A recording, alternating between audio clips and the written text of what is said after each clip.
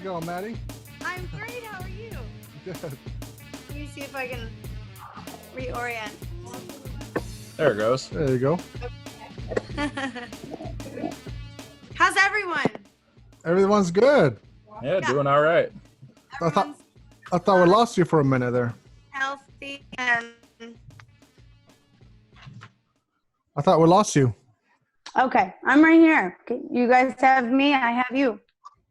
Yeah, I can hear you. How's it going? Okay. How's life going on in Ithaca? Oh, it's good. Yeah, it's good. I can't complain. We're very, very lucky. We have a bunch of land, and yeah, we're doing the thing here. We're not able to play shows right now, which is super weird, but I we're know. finding other pathways. Weren't you on a tour right before that? I think I saw a couple of posts of you guys traveling, like in was it January or something?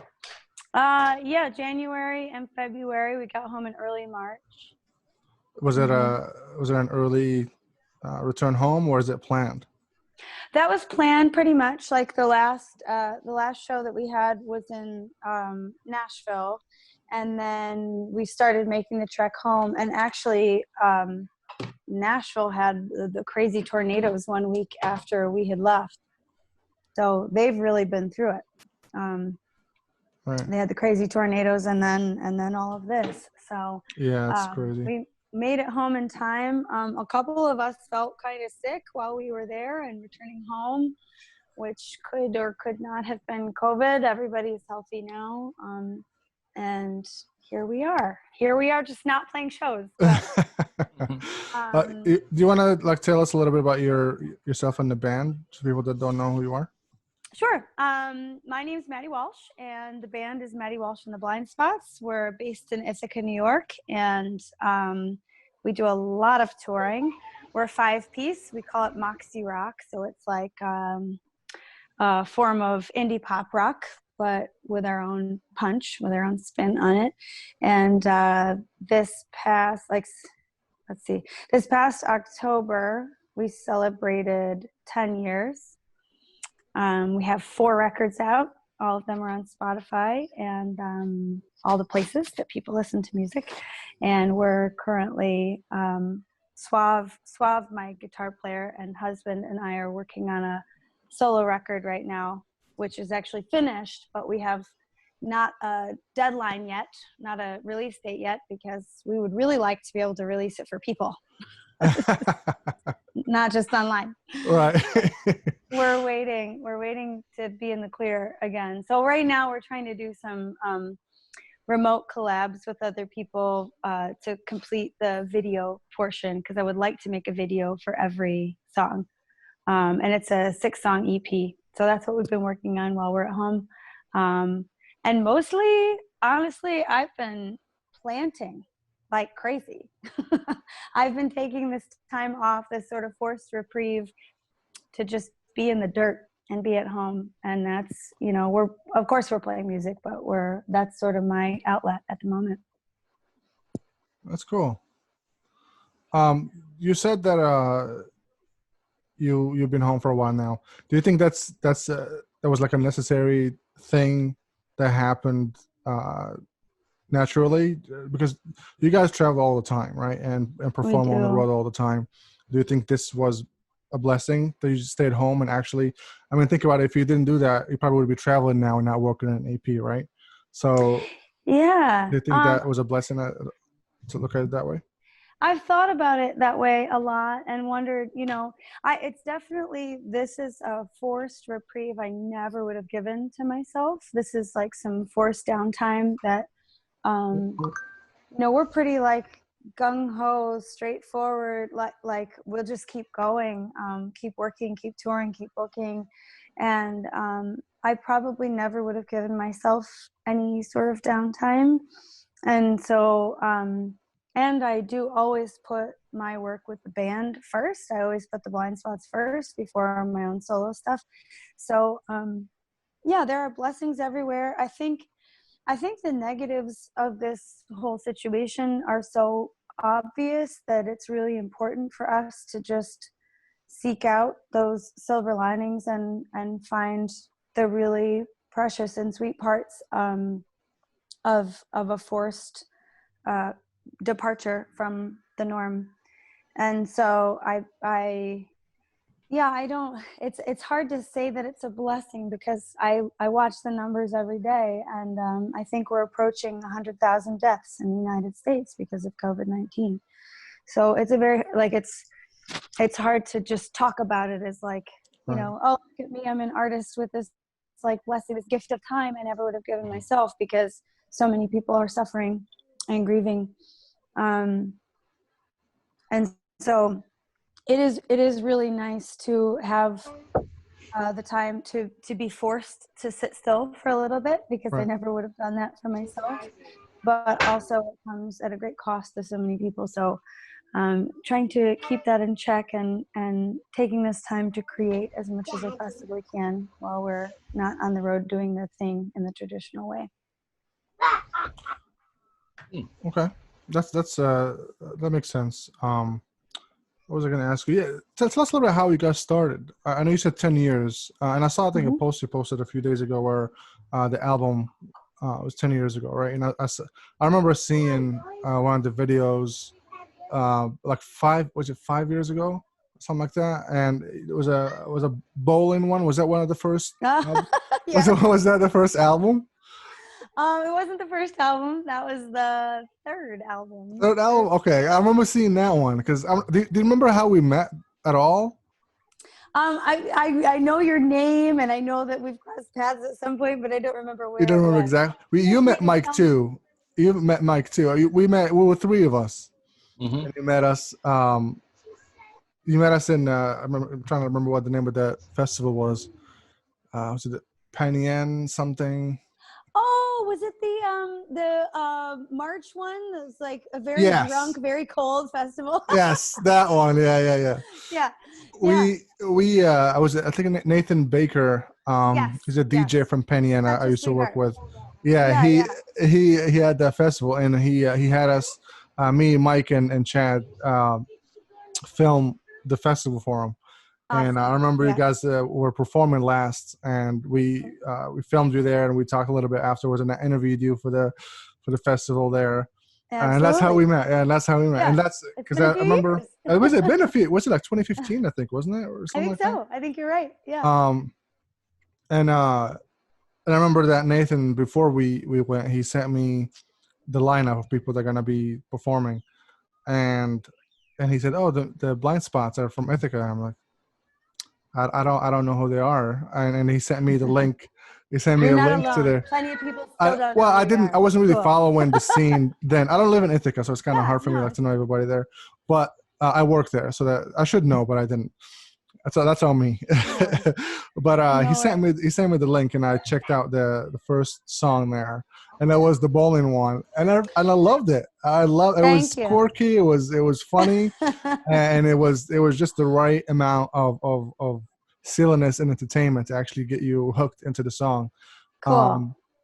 Yeah, we don't take ourselves too seriously. That's for sure. We like to have a good time. and it showed even when we filmed you guys. You guys you rocked the whole thing. Like it was a really good show. Thank you. But yeah, that's how we met. Anyway, I don't remember what we were talking about, but that's how we met. But yeah, that gives us some grounding there. Yeah, you were saying 10 years. How did it start to begin with? Like, how did you guys meet and all that stuff? Okay, so I was in grad school in California. I went out to CSU Sacramento for grad school, and I made all these plans to move back east for a guy, and it didn't work out.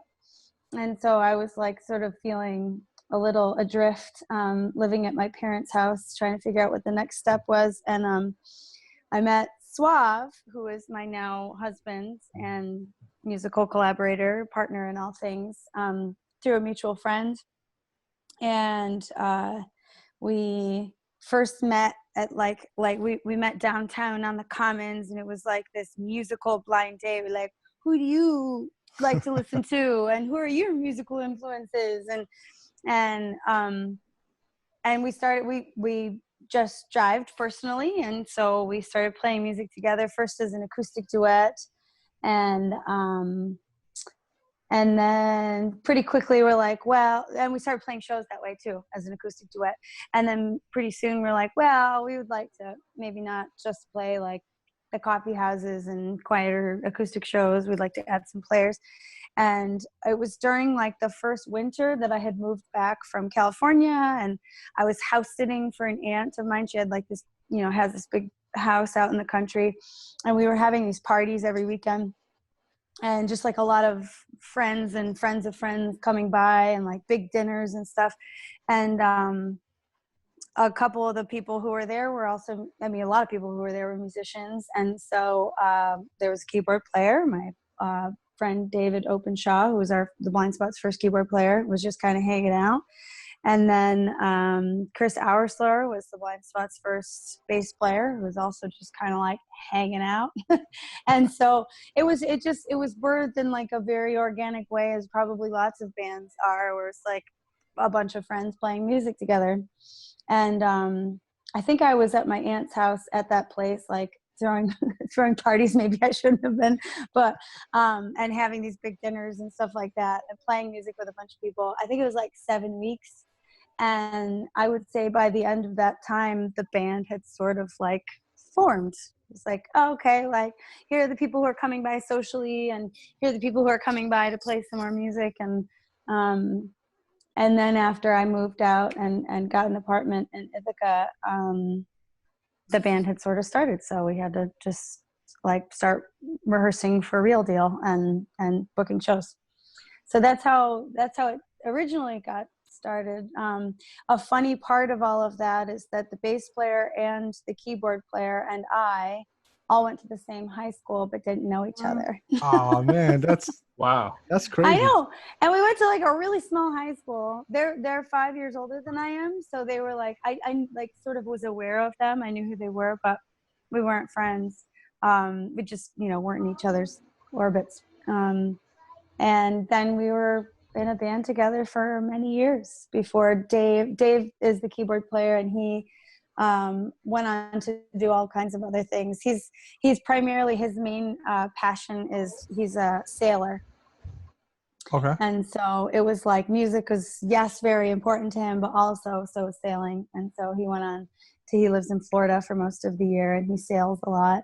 And my bass player, Chris, who was with us since the very beginning, he was with us for 10 years, so only has not been in the band for about 1 year, just had twins.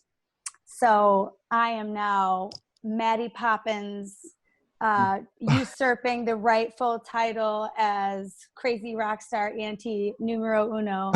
And I love his boys, but it was time for him to give up retire. Yes, to retire, so to speak, at least from this part of rock and roll. But yeah, so we've gone on to do all kinds of things, but that was like the original lineup came from that, just like hanging out with a bunch of friends, holed up in a beautiful house in the country in the winter of 2009. Wow. Mike, do you have any questions for Maddy? Yeah, I saw that you just did a virtual concert doing the Bob Dylan's cover. How did you like that experience, like playing virtually instead of in front of a live crowd? Nothing compares to playing for a live audience, I think that we're all doing the best that we can in this very foreign, very new space. And kudos to all the artists who are feeling grounded is a funny word, right? It's like we're grounded. We're not able to go on tour right now, but we're also grounded. We're grounding, finding some new space, some new way to do what we do. It is really, really nice to be asked to participate in things like this because it does keep us connected. It allows us to still play music for people during a time when we're not able to do it in the traditional way, just like showing up and playing shows for people. And the biggest part for me that's lacking is the reciprocal nature of performing for people live, right? So like you get on stage, and super weird when no one is there to give you that crowd energy right back.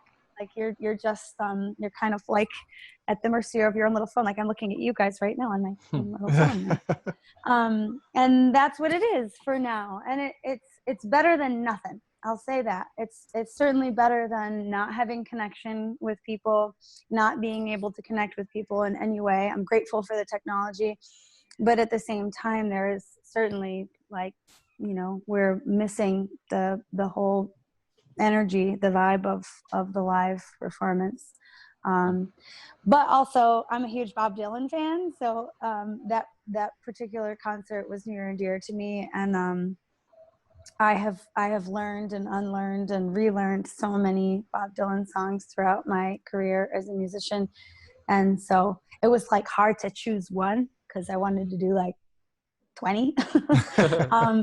There's so many I could have chosen, but I think I chose a particularly fiery one. I chose Masters of War, which is one that I actually put on my very first solo record in 2007. And content-wise, it's unfortunately just as relevant today as it was in 1962 when it was written. So I thought that was it was one way I could have gone. I could have gone with a Bob Dylan, like goofy party song. I could have gone with, any number of things. I'm a huge fan and his catalog is gigantic. But anyway, long story short, I was happy to be asked, happy to do it, but nothing compares to playing for a live audience. Mm-hmm. What would you say is the toughest thing to do, the toughest thing when it comes to traveling as a band? Like, what are your challenges that you guys go through when you're traveling the country? That's a great question. If we were a band who had management, like tour management and logistics handling and all of those things, it would probably be something else. But for us specifically, I'm still the one who is booking all of our shows. I am promoting all of our shows. I'm handling tour logistics, which most of the time means that I'm on my phone looking at hotels.com or oh God, what's the other one? hoteltonight.com, trying to find good deals for places for us to stay, or lining up like, oh, we know this person in Tallahassee, or we know this person in Santa Fe, we can just line this up and we'll have a place to stay for free. I would say the hardest part is just like the logistics, the handling of logistics. I do look forward to a time that I won't be the one doing all the things. I look forward to that very much. But thus far, anybody who's kind of come into our sphere and offered services for this or that hasn't been able to do it in the way that I can. I'm like totally ready to give up the reins, but nobody has been able to do it and like make it feel like it's actually something that's being taken off my plate. So I guess that's the hardest part, is that it's still just very much a DIY thing, and that I'm doing all the shit. I'm like doing it all still.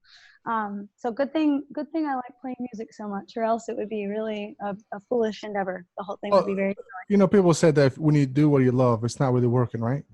So you're more enjoying it than actually, it doesn't feel like working at all. Yeah. So you said that you guys you do everything yourself. You don't have any management team or anything like that. That's baffling to me because you guys are pretty freaking good. Like, I'm not. Thank you. You know what I mean? Like, I don't understand how. Tell someone. I need help. Hopefully, someone will see this and go look and do some more research on you guys, because I don't understand how people can be talented like this and still struggle to find management. And that was going to be my next thing, is how can somebody break into this industry? Even if you're this good, you still struggle to find a management team, a record deal. How are you not resigned? I guess it would be. Well, it's very sweet, and I appreciate it. and it's not as though things haven't like come our way, but sometimes a deal that gets offered is not actually going to get you any further than you can get yourself. And so to be signed to like some like small record label might actually be a hindrance to your progress rather than like you just doing the thing on your own. I certainly now, after having done this on my own for so long, I certainly now know the ins and outs of my entire business. So I know what I'm looking for, which is a positive thing, I guess. To be perfectly honest, I get totally burnt out on the administrative end of what I'm doing. But until somebody else, again, like until somebody presents themselves as someone who can do it better than I can, I'm not going to take that deal. So yeah, there have been like booking agents floating in and out, and small record labels floating in and out, and interest here or there. But like, I think that being independent for so long has really taught me a lot about what the whole picture is. And I'm learning all the time. I am not by any means saying that I know what this business is, or especially now, right, when everything is like all of the things that we were supposed to have learned up to this point are out the window, right? Like no one knows the future of the business. No one knows the future of even live shows right now. We're all just kind of hanging in limbo to see what's next. So I don't have any, I do know what I was looking for before all of this happened. I do know what kind of like management and label support I'm looking for. I haven't seen it yet, and it's incredibly taxing to do all this by yourself. Right. It's really exhausting, and I think it does like draw you away from the craft itself. There are incredible sacrifices. So little of my time, just like in a very broad general sense, so little of my time, such a small percentage of my time is spent on making music, on writing. And I know it's sad. Like, I don't want people to know that. Well, you should. I think you should be sharing this, just because there are a lot of people that look up to you, and there are a lot of artists that want to go on your path, right? They see you performing, they see how talented you are, and they want to follow your footsteps. What they don't know is how hard it is to be in your shoes. So I think saying stuff like this is really going to open people's eyes to the business too. I mean, I hope so, but I don't want to discourage anyone. It's like when I decided with complete certainty at a very young age that there was nothing else I was going to do with my life besides play music. I certainly did not think that I would be spending a lot of my time on the computer. I didn't think that I would be like promoting myself and figuring out graphic design and learning how to make stage production stuff and dealing with contracts, and like at the end of a night having to be the person who, after I've just played a 3-hour show, going to talk to the club owner to fight for what we agreed that they would pay me for the band, for a 5-piece band.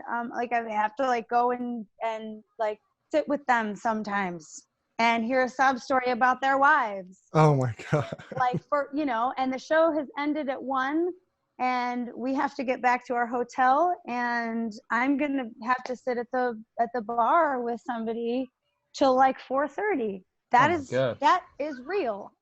That is like a part of what happened.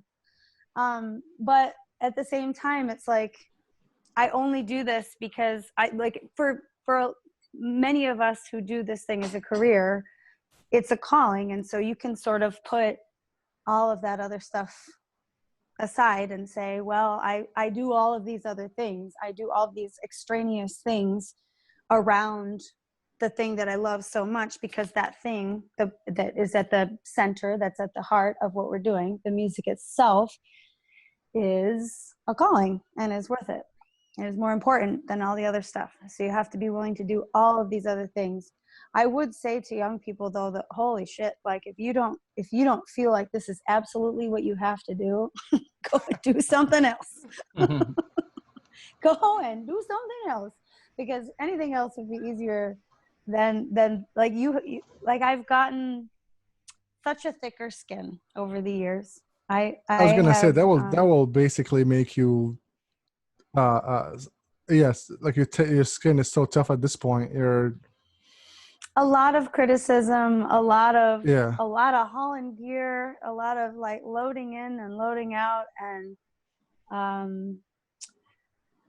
negotiations with the people paying you, the sound techs, and that's not to say that we haven't worked with so many amazing people.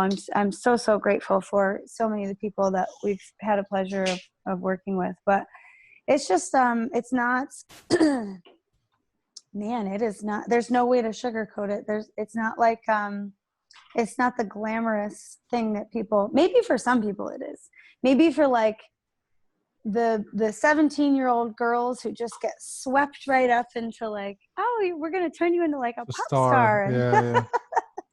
but for a lot of the people just like doing the thing and touring, it's not like this glamorous thing. So you just have to like, you got to love what you're doing so much that it's just worth all of the extraneous stuff. And for me it is, and I never would have given myself this sort of forced reprieve, this time away from it. I would have just kept going because I love it. I love to travel. I love to play in new towns. But right now, because we're not able to do that, it is a little moment for me to like sit still. I'm really bad at sitting still. So it's nice for me to like be forced to sit still and just like, and in a way like doing all this yourself for years will make you alert if you ever get signed, or when you get signed, I would say, because I'm still baffled you're not signed. But when you get signed, you'll know if somebody's trying to screw you over or somebody's trying to cheat you out of money or anything like that. You already been through it. You have it, like you said, you develop a thick skin now, so you can straight up call them out on it.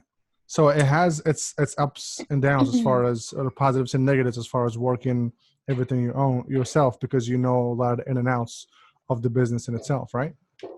Yeah, I mean, I hope that all translates. I certainly do know the ins and outs of our entire business. And there were things like in the beginning, duties were a little more divvied up amongst band members, but with the transition, it's very, very hard to keep a band together at this level. Like unless you are signed and everybody's making really good money and bringing money home to their families and stuff, it's very hard to keep a band together. And so we have been through a lot of personnel shifts, and at this point, like any duties that used to be divvied up amongst other members, like it's all falling back on me now, which is actually, at first it seemed really daunting, and now I feel like kind of at peace with it and really good with it, because it is really important to understand all the aspects of your business. It's you know, this is my baby. Like my husband and I started this band 11 years ago, and it is important for me to like know every single aspect of it so that I can, in really good confidence, pass it off to a capable management company or a label and know exactly what I'm getting. Have you tried that? Have you tried to pitch your material to people in the city or something like that? Yes and no. And we've had people reach out to us wanting to represent us. But again, it just comes down to like, it's not been the right deal yet. It's not been like, you know, there's a big difference between what management companies offer and what record labels offer. And the exact deal that I would be looking for hasn't presented itself. So I will hold out for it because I understand the business a lot better now than I did 10 years ago. Right, because you did it all by yourself. There you go. That's I the thing. I did. Blood, sweat, and tears. For real. Mike, do you have any questions for Maddy? Yeah, I was thinking at the beginning of the year, Red and I, we were taking a road trip to North Carolina, and we were trying to find music for a movie that we were trying to score. And we were going back and forth between a couple of your tracks. And one of them was Creatures Like Us. Mm-hmm. We were listening to that a lot. And I was wondering if you could talk about that a little bit. One of your lyrics was, I starve in black and white. Like, I thought that was so profound, like the way what you were talking about. Do you have like a love for colors? Yes. Or is... Yeah. Yeah, I mean, I don't usually talk about what the songs, like what they're about, because I want people to feel free to read into them whatever they want. But I will say that that song was written. So a few years ago, the band was on tour in California, and our van broke down in the Coachella Valley, which is like, it's Bermuda Dunes was like the little town. I mean, it's where the festival happens, Coachella. It's like right in the desert there where the festival happens. And our van, it was a whole saga. I won't even go into what happened to the van, but we were there. All told, we were in the Coachella Valley in 2 different Airbnbs for 16 days. We had to cancel 14 shows. Like, I mean, it was a whole thing. And then we eventually had to like buy a new vehicle, leave the van there, drive back across, because we had a festival that we were supposed to play in North Carolina. So we drove like from like Southern California to, I mean, it was a whole thing. But anyway, what are 5 musicians or 6 musicians to do? We had a backup singer at the time, to do when they're stranded, but set up in the living room at your Airbnb and start writing, right? So the last Blind Spots record that was released in October of 2018, half of the material was written on the floor, on the carpeted floor of an Airbnb in Bermuda Dunes, California. And that was one of them. And at the time I was thinking so much, there were a bunch of things going on that led to those exact lyrics, but I do love lots of color, and I don't believe in binary. I don't believe in black or white or like everything's cut and dry. I think that there is a whole spectrum in between with regard to whatever. Like, I'm not talking specifically right now about sexuality, but you can think about it that way. There is a whole spectrum between political camps too, right? Like, between, everybody thinks they're either Republican or they're Democrat right now. Well, that's horseshit. They're not. There's like this whole continuum. There are all of these things that all of us individually believe in. Like, do you hold the door open for an old lady when you see her approaching? Probably everybody does that, right? Probably everybody does that. I don't care if you're Republican or you're Democrat, like, it doesn't matter. These are like, there are some universals built into our humanity. Would you help your neighbor during a time like this? Like, your neighbor doesn't have bread or a flour or whatever. Would you extend that? Of course you would. So there are all these things that that I think make up like a whole continuum of what it is to be alive. And I starve in black and white is basically like, I will not subscribe to the fact that there is one kind of us and another kind of us, and that we are at odds with each other. There's a whole bunch of stuff that happens in between. And it makes us, when we realize that there is more in common, we have more in common with each other than we do apart from each other, it's way easier to talk to people. Even across this like seemingly cavernous divide between political camps or whatever it happens to be. I starve in black and white is like, give me anything but like this versus this. And give me the whole spectrum in between. I will not do that. I'm not going to do that with you. I won't do that with anybody. And I guess that's like where the inspiration for that came in. But there was other stuff going on in the desert too. But that's what that line meant. Yeah, and it no still doubt. means that. Yeah, one thing that when we were listening, me and Mike listening to because we wanted to use a record from a local artist, so we were looking through, and we mentioned blind spots, so we like went and looked for albums for you guys in Spotify, and we started listening. And I noticed that a lot of your songs are not typical songs. Like the lyrics have so many different meanings to them, depends on when you listen to them, what kind of mood you are, what kind of day you had. If you put that record on, you'll take something away from it every time you listen to it. So guys, what is your process for writing these songs? Like, there's just a couple of you write them, or all of you pitch in and try to come up with these words, or you guys have a process that you guys go through? I'm the lyricist. Okay. Mostly all of the songs start with Suave and me. Suave is my husband and guitar player and has been my musical collaborator for many years. And so before we bring the songs, mostly it's like that we work out a bulk of a tune at home before we bring it to the rest of the band. It can start in any number of ways. I think that bands that have been together a long time will probably all say the same thing. Like, a song can start from drum beat. It can start from a conceptual idea, like philosophy, or one lyrical line. Can start from one melody line, could start from a really killer bass line, like really from anywhere. We don't have like one process that we adhere to all the time. We're open to like hearing wherever it begins could lead us down a really exciting path. And so there are some songwriters, I know there are some songwriters who are really studious, and they say, I go to work at 8 a.m. and I work until 5 a.m. and I come out with a song.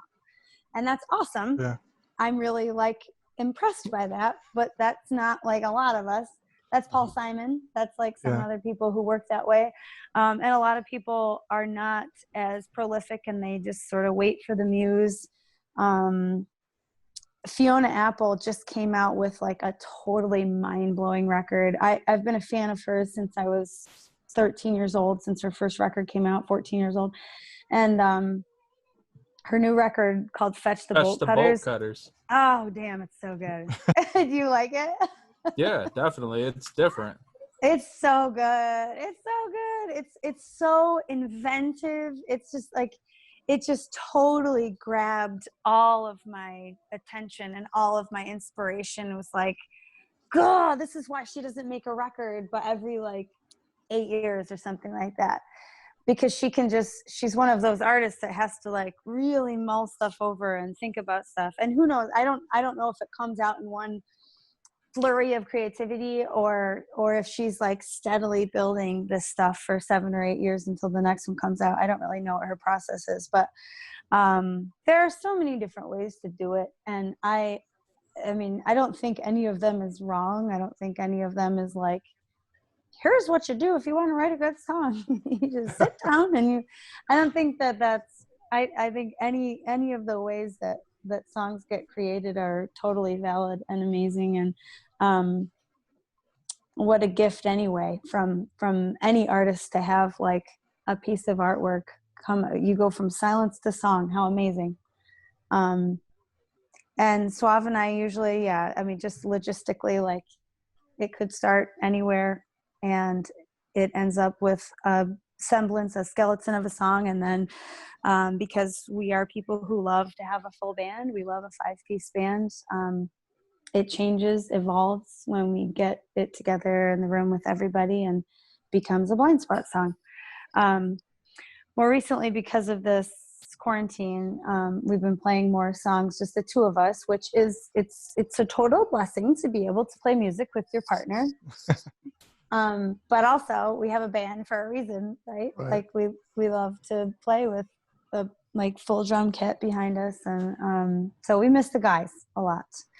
And we're still able to write while we're here quarantined, but we look very, very much forward to playing with the full band again. Do you ever get inspired in different places that unusual, like you're in the grocery store and all of a sudden, holy crap, this idea for a song is really good. Oh my God, this line that comes, do you ever like feel inspiration comes in from different unusual places sometimes? Yes, 100%. And I think I think it's dangerous to like close yourself off to those experiences.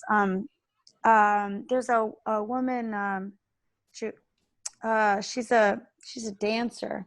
She has this beautiful quote that I wish that I could, I don't want to like bring it to the table and totally butcher it, but there's this dancer who has this quote about Martha Graham is her name, and it's about keeping the channel open, right? It's like never keeping yourself shut off to inspiration in all of these different possible places that it could come from.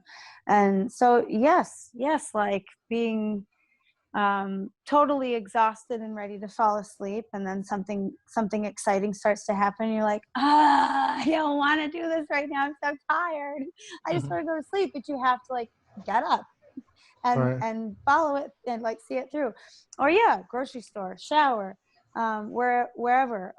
Sometimes the most inconvenient times and the most inconvenient places, like that's exactly where it happens. So I think all of it's fair game. I think grab it. If something is striking you as interesting, or if you're feeling particularly observant and feeling some sort of resonant metaphor, follow it. Just go for it.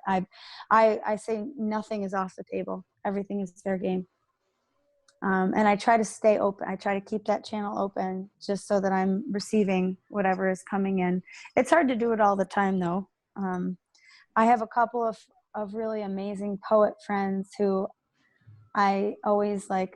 It's like this deep level of admiration. Like I think that they are always, my friend Patrick Rosell, who's a wonderful poet and musician out in California, in Sacramento. And he is like, I feel like he's always awake. He's just always so awake, and he can just see deep beauty in any disgusting or mundane situation. He could just turn anything into something really spectacular.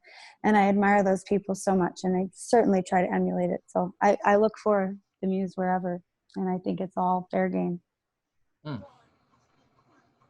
How many songs do you go through that don't make it into your albums? So I noticed when I watched a few documentaries about big artists, that they record too many songs and then ended up shelving half of it and not releasing them. Does that ever happen to you? Oh my God, yeah.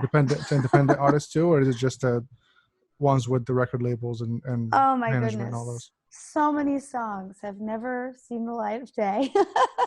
Is it because of the quality of it, or just you don't feel them, or is it something that didn't make it into the album, so you had to release them later, or how does that process go? I think a lot of, I think all of those three things that you just said work together. Certainly, I think every single time that we're working on a song, you believe in the song, right? It's like something that you're working on. It's your new like creative baby. It's like this thing that you, but and then you bring it to the band, and sometimes it works out and sometimes it doesn't. And I think we go through this like process. Definitely with the Blind Spots last record, we went through a more methodical, mathematical process than we'd ever been through. We came in with 19 songs, and we wanted to whittle the record down to 10 songs. And so at that point, it was a much more collaborative, like everyone had to say so much more in like what we felt was most resonant, what worked the best. And so we like had a point system, and we voted and somehow whittled it down to the 10 songs that we thought resonated the best. But sometimes you're not feeling it. You might be feeling it when you have written it, and because you're in the middle of writing it, like the most exciting thing. And then give it a little time, and it's like, I don't know, it's not as good as the other stuff. It's gotta be hard sometimes to choose songs if they're all your babies. They're like, which one should I drop just for the album? It just doesn't. Yeah. It is. And I went to grad school for creative writing, and my thesis was a manuscript of poems, and something that I learned studying so much poetry was like this, like, you have to become willing to kill your babies. Oh Like, my God. I've I know it heard sounds really messed up. we but know like, kill your babies in script writing. yeah. Well, I mean, you might have like this line or this song that you're like so attached to that you just like, it's so important to me, but it's actually not important at all to the Yeah. song, or it's not important at all to the album.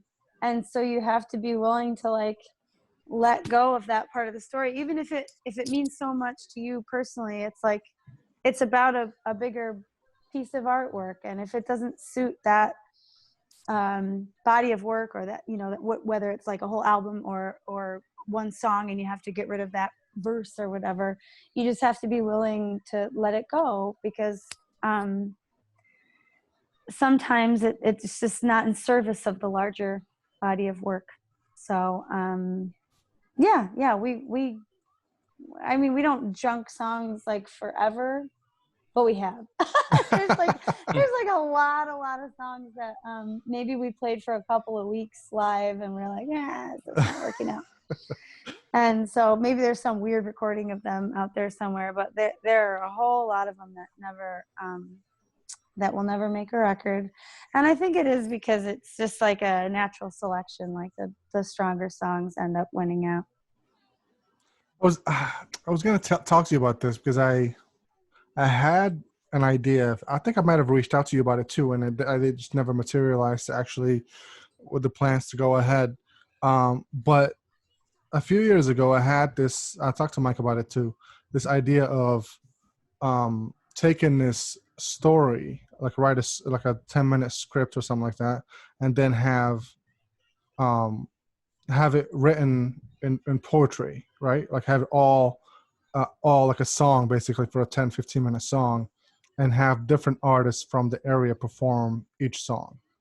And Cool. how would that work basically? It's to be different genre, so it will be just the same genre every time. So it could be R&B, pop, rock, and it goes through the actual the actual story, and eventually you'll have 10-15 minutes of like a short film, but in a music video style. So it'll be different songs telling the same story.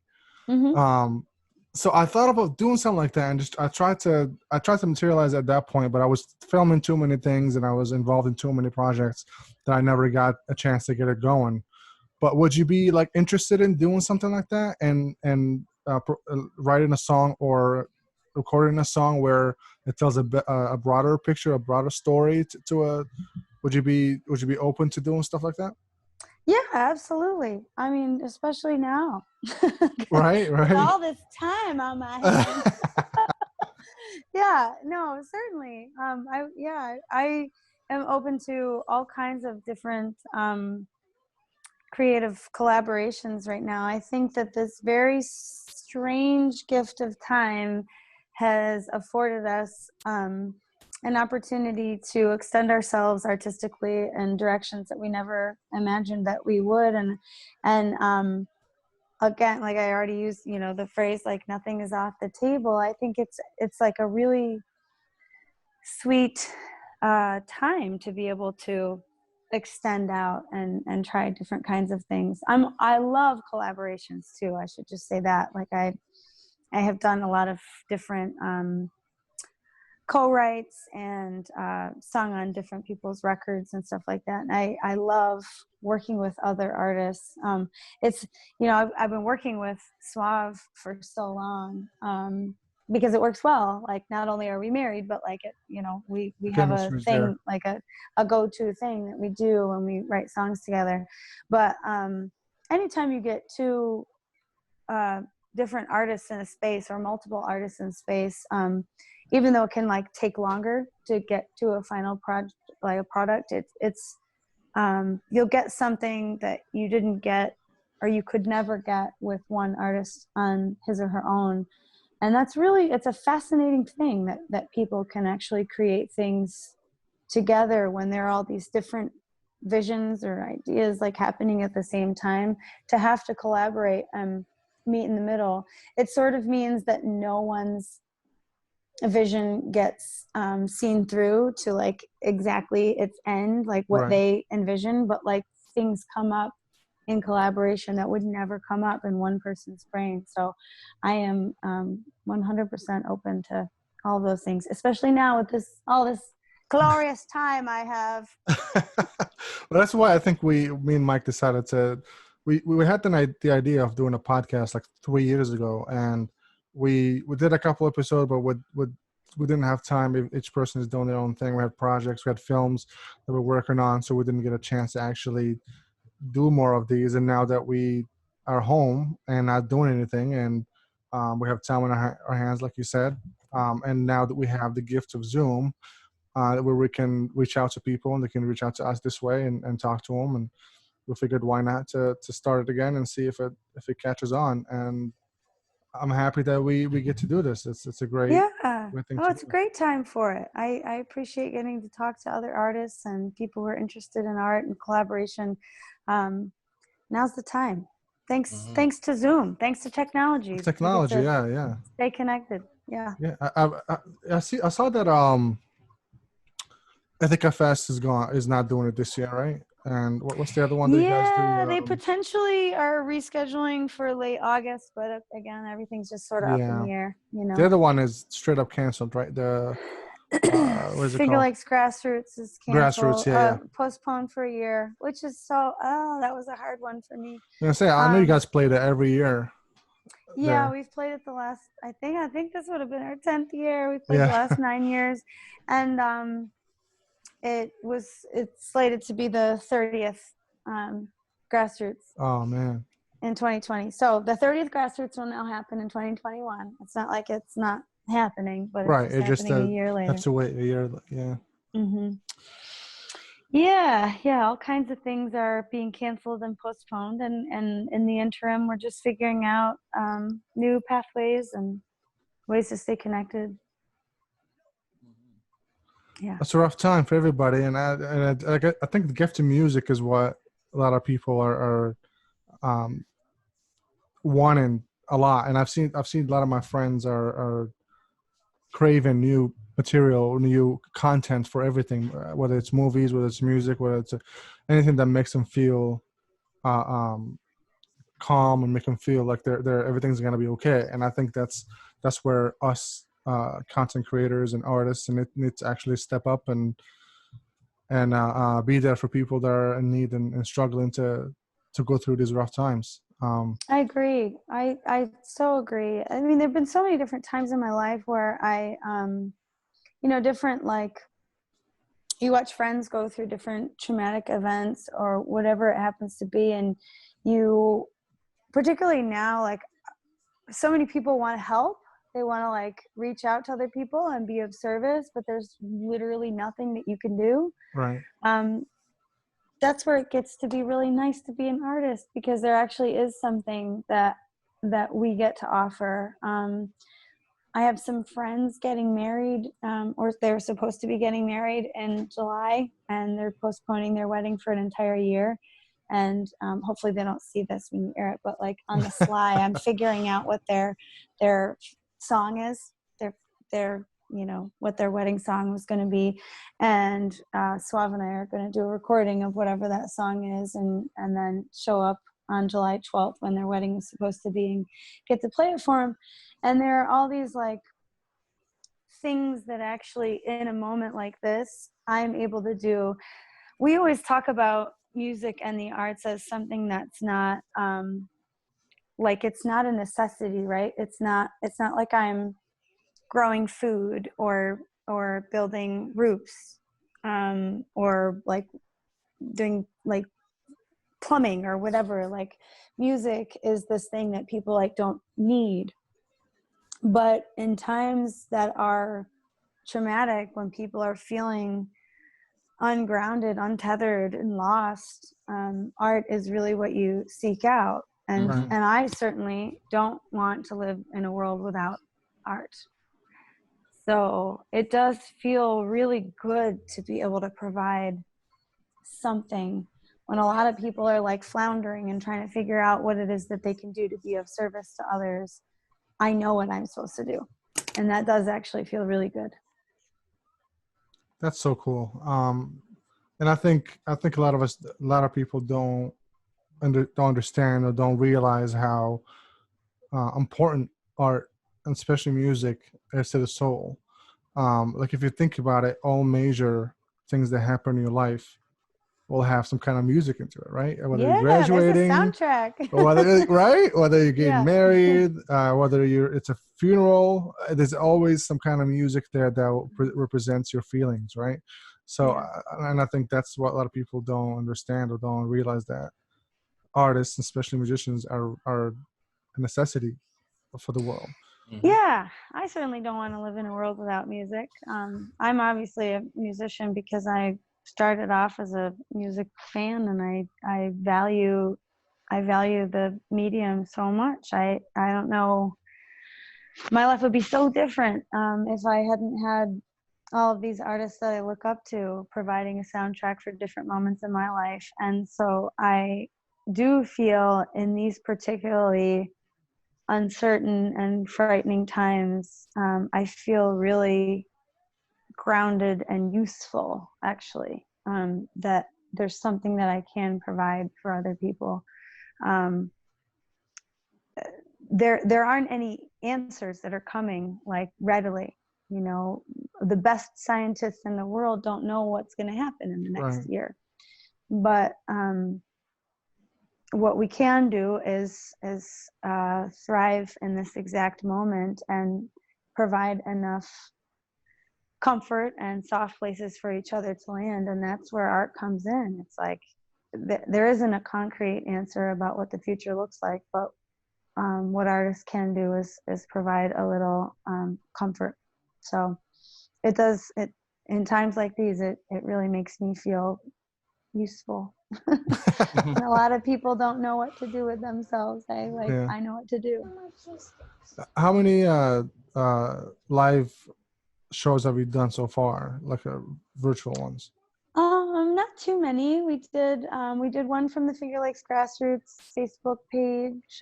We did one on our own, just from the Blind Spots social media pages. This past week has been a little bit busy, actually. We did the Bob Dylan show that you mentioned through the State Theater. And just yesterday, we went to the Smith Opera House in Geneva. It's beautiful, beautiful theater, and played and recorded 2 songs. They're not live streamed, but they'll be released later. And then a friend of mine in Ithaca, local, Anna Kellis, is running for New York State Assembly, the 125th district. And so we did a fundraiser for her. All told, I don't know, maybe like less than 10 events in a couple of months, which is kind of crazy because we would have played so many more shows. Right. Yeah, a lot of the show, like everything's canceled. Everything has been canceled. Everything is canceled. Your life has been canceled for now. No, we're doing fine, but yeah, it just looks totally different. So it is nice to have a few of these opportunities to play for people online. And we could do it every day, but I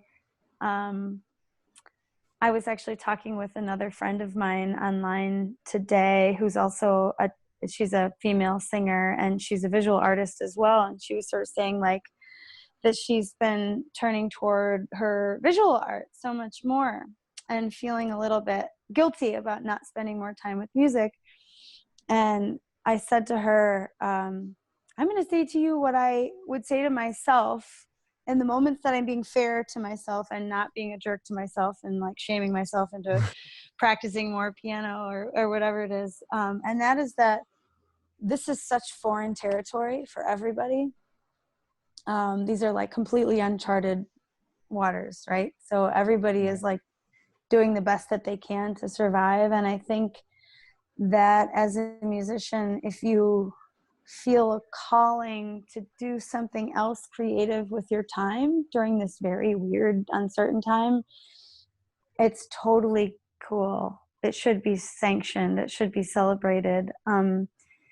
I have spent the past 11 years of my life 100% dedicated to playing in the blind spots and booking and promoting and doing all of that. And um, lately I can't stop planting things, and I'm just like, I just want to be in the dirt. That's like all I want to do.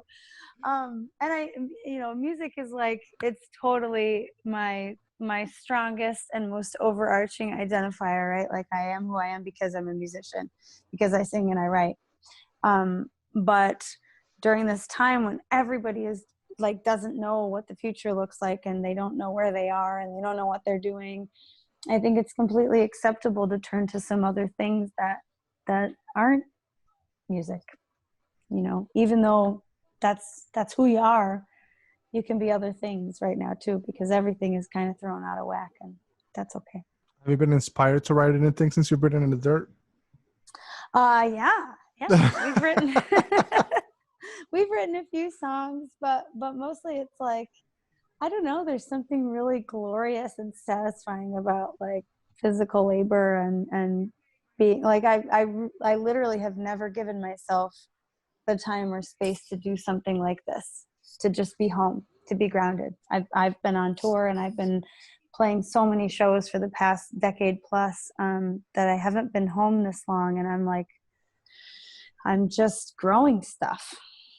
I just am like planting things like crazy. And yes, we've written some songs and we've demoed them out, and we'll have music when we come out, we pop out the other side of this and are able to get into a legitimate studio and record. There's music that's been happening, but it's I'm trying not to feel too guilty for spending a lot of time in the dirt also.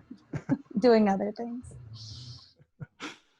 Yeah, Mike, do you have anything for Maddy? I'm enjoying just listening to you talk, so I got nothing. I really appreciate you doing this. I was hesitant to ask you just because I know I saw you were busy doing stuff from your post, No but worries. I appreciate you I coming down. appreciate it. Oh, my pleasure.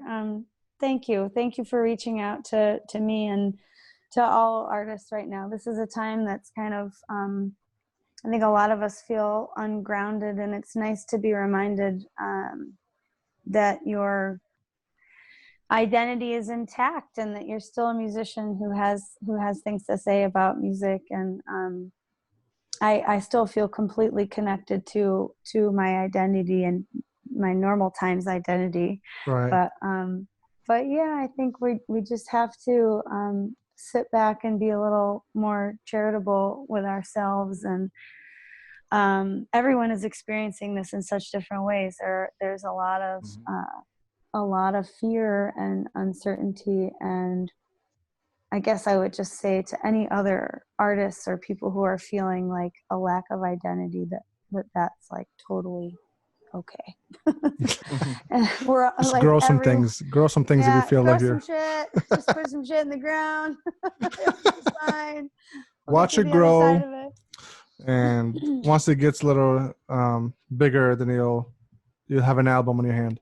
Yeah. I mean, we are still working on music every day, but yeah, just weird times. So again, I appreciate you reaching out. Absolutely. And totally encourage you to reach out to other artists too. I'm connecting a little more with artist friends of mine, because I think that a lot of us are going through similar things.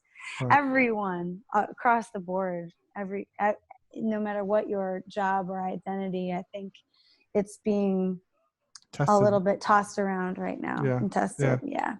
So no matter what it is that you do, I think that you're being extended and finding yourself learning new things. So it's especially a good time to reach out to artists and see how they're doing, especially musicians, because we used to play in shows and we miss people. We want to play. I was gonna ask you something. What was I gonna ask you? Man, I just lost it. Yeah, I just blanked. No worries. You can shoot me an email if something comes up. Where can people find you? Oh, exactly. That's what I was going to ask. Where can people find you online if they want to look for the blind easy. spots? I can answer that. Theblindspots.com is the major hub. April of 2019, we shifted the band name from the Blind Spots to Maddy Walsh and the Blind Spots. I noticed that. I did notice that. Yeah, it had just been like this thing that was being encouraged for such a long time by musical peers, friends in the industry. Everyone was just like, why isn't it that? And I was like, because we're a band and our name is Blind Spots. Like, I don't feel any, but also when, like, after hearing that for like a decade, you start to say like, well, okay, if so many people think that this would be a better marketing move, then what do I have to lose? Like, why wouldn't I just update it? But when some people ask me and I'm feeling particularly spicy about it, they're like, why did you change that? I'm like, because it's the truth. So there's also I think it has a better ring to it. I like it. I really do like it. And I think I saw it a few weeks ago. I think I saw it, and I didn't know you did that. Obviously, I didn't realize you did that. And I saw it, I'm like, huh, that gives it a good vibe. Like, it gives it a good, you're the lead singer, right? And you say you write the song, so you're managing the whole thing. So it makes sense to have you and the Blind Spot. So I think it makes sense. Yeah. I agree with people that said running a Blind Spot as a better marketing thing.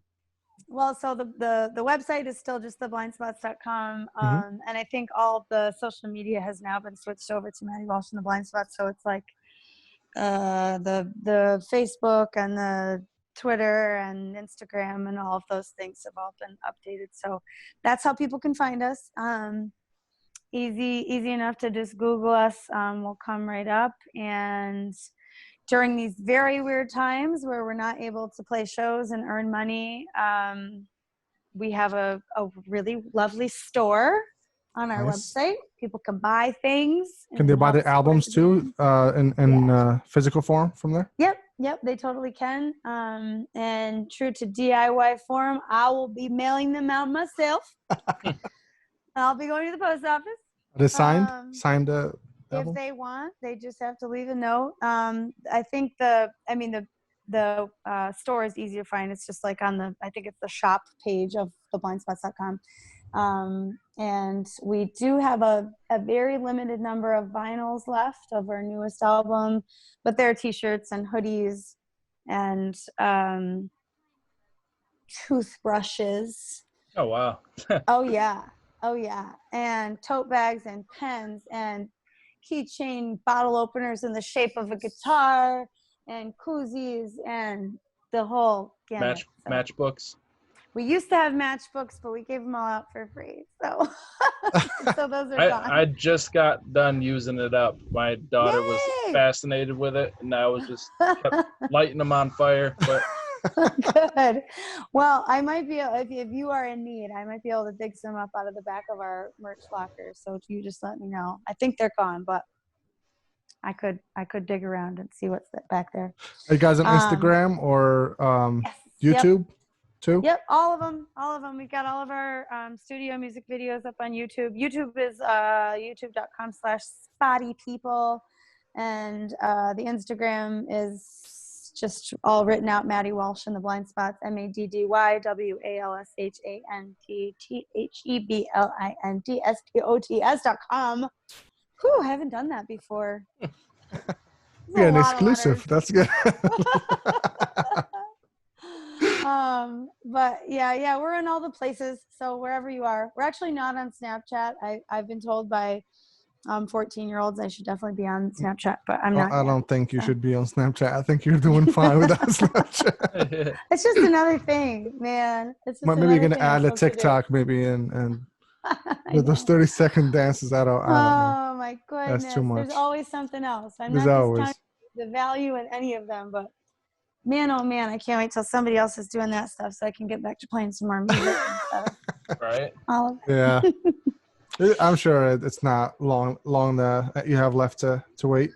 Once you get back, I'm sure. We shall see. I'll keep doing the thing until somebody else comes along who can do it better. That's a great answer. Well, thank you, Maddy. I really appreciate you. Absolutely. So tonight. nice to see you guys. You too. Stay well, stay healthy. Stay safe.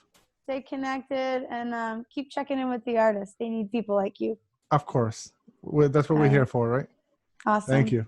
Take care, guys. You too. Bye. See ya.